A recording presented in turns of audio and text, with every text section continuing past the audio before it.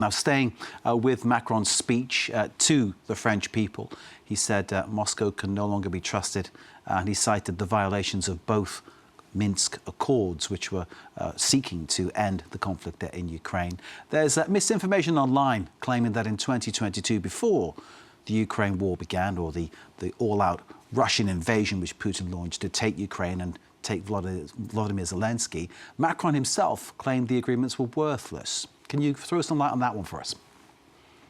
That's right, Mark. For some background, the Minsk agreements signed in 2014 and 15 were designed to establish a ceasefire, withdraw heavy weapons and enable a political resolution in the Donbass in eastern Ukraine. It was signed by Russia, Ukraine and the international community. And in his televised address to the nation last night, Emmanuel Macron referred directly to the Minsk agreements, saying that Russia had violated them by breaking the ceasefire and starting a war in Ukraine, meaning Moscow can no longer be taken at its word. Let's take a quick listen to what he said about that.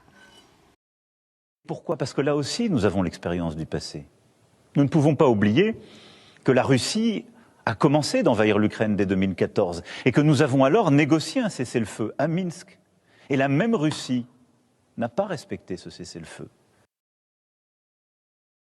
The French president directly said Russia violated the Minsk agreements and therefore Moscow cannot be trusted to not show any further aggression. Now, this is where misinformation is starting to trickle in because some pro-Russian accounts are sharing that same clip and they're reacting to that statement by Macron and calling it, as we can see there, a lie. And we can see there's not a bad amount of traction being gained on this clip as well. And to illustrate what they say is this lie from Macron, they're also sharing here an extract of a documentary that was made by the French channel France 2. It was aired back in June of 2022. But I will say that this clip is out of context. Now, in this out of context extract from this documentary, it shows a phone call that took place between Putin and Macron just 4 days before Russian tanks invaded Ukraine. And in this clip, according to these pro-Russian accounts, it shows that Macron told Putin that the Minsk agreements have no legal force and are worthless. Let's take a listen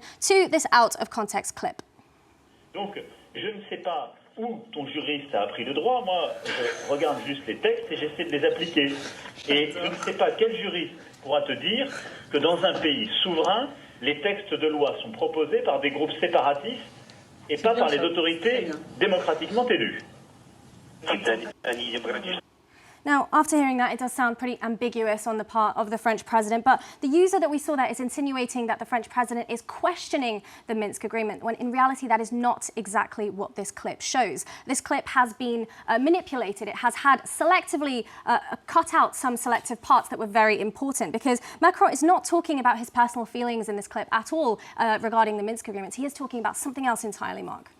So, a clip selectively chosen to push a certain narrative, claiming that Macron is lying about the Minsk agreements. What's the truth?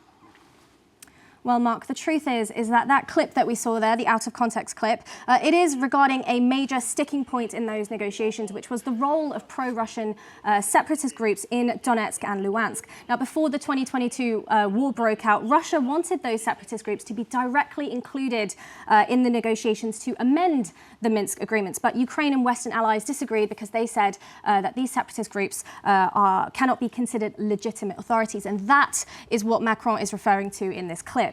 He's pointing out that in a sovereign state, it is legitimate, democratically elected authorities that propose laws, not separatist, unrecognised groups. Now, what's also the reason that this clip is out of context, rather, is that what has been carefully omitted here is just seconds before that clip that we saw there.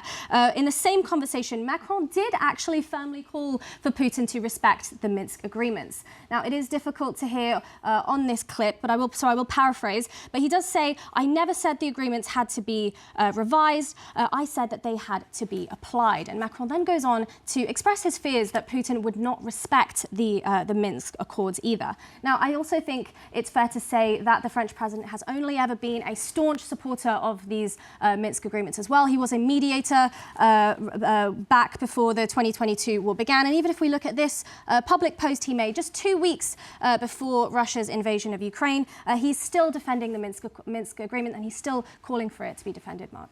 So what is the truth about Putin and the Minsk agreements?